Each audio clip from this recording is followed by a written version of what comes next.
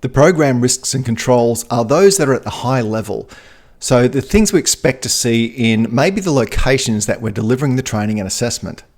So firstly, I'm going to delete the grey text that's already there, and I'm going to insert our RTO's name. Next, I'm going to consider some of the hazards and risks that might be in place, such as access to the workplace. Controls are those things you can put in place to reduce that risk. So in this case, we'll need to collect the trainer access pass from XYZ company. Another hazard or risk to look at the high level is the standard workplace risks at the particular venue that we're going to be training in. In this case, half of it will be at XYZ company.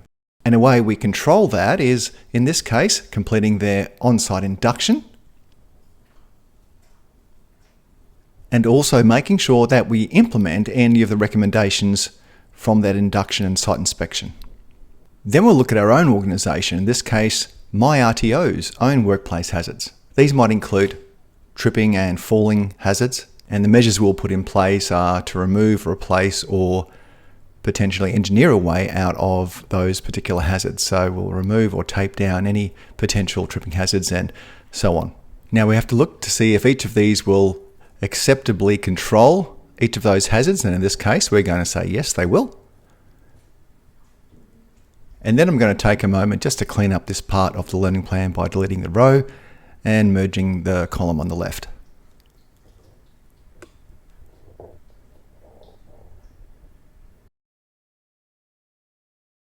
The language literacy and numeracy statement talks about the sorts of LLN arrangements that your program will put in place. It talks about contractual arrangements with exclusively corporate clientele, in this case XYZ company, and therefore there should be a prerequisite standard of LLN.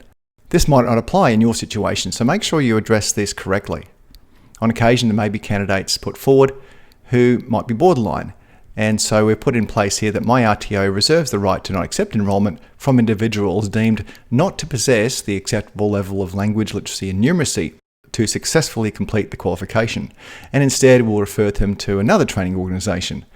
Now I don't like the way this is written at the end where it says better serve the needs of the applicant, so I'm just going to retype that and instead put in something like help the applicant improve their current skill levels prior to undertaking any training. Now let's move on to the training aids. We're going to think of all the things we might need to have on hand when we're actually undertaking the training. Things like whiteboards and pens, printed activity templates, access to computers for the participants in both locations, of course internet access at both locations, and I'm also going to put in here appropriate software to ensure the candidates have the ability to view and edit the learning materials. Then I want to make sure all assessment materials are either preloaded or provided on a USB.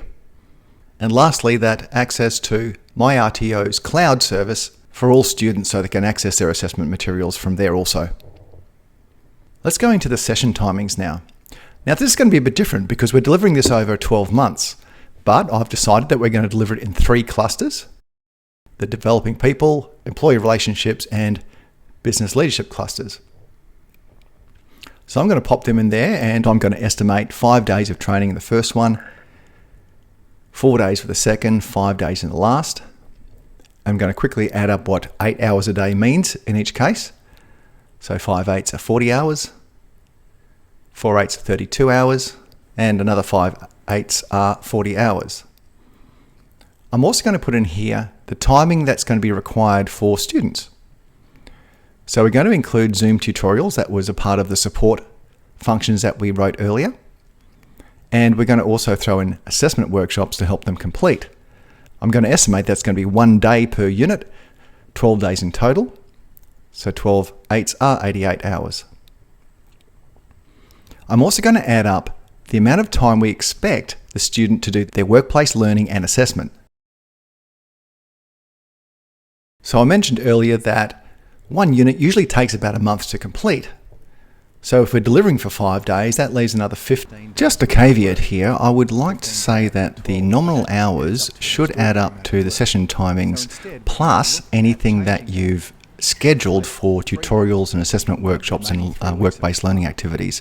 So the calculations here show a lot more, and as I stated at the end of this is a plan only, and I do recommend that when you're creating yours, try to make the timing add up to the total number of nominal hours that you've assembled above. Now remember, this is a plan, and plans do change. So when you present this to a client, they might say, no, that's too much. They might want to discuss with you some other options. Finally, I'm going to look at the validation process, make sure that it meets what we currently do. So we're going to call the program manager a program creator in this case, and local business will be XYZ company. I'm also going to change how often we meet to once every 8 weeks. I'll then go ahead and change program manager to program creator in the second dot point there. And I think that all reads perfectly. And also that we'll have an assessment panel review this. So I'm happy with the rest of that.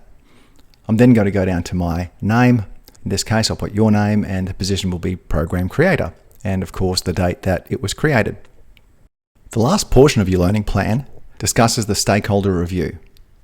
So I'm going to go in there and change that to my RTO. I'm going to have a quick read through that, make sure it makes sense, remove the red text. You would normally send the plan out to your client and get them to review it to make sure it meets their needs. In this case, we've sent it out to Todd at XYZ Company. We take his details and position down, his contact details, in this case just an email address. And if he sends us an email back with some statement in it, we'll copy and paste that statement at the bottom of our stakeholder review. In this instance, we're just going to assume he's said the following. I reviewed the enterprise content and assessments and find the program has been designed to meet the needs of our industry. And then we must place a date at the end of that for context. And that is how we complete the learning plan template.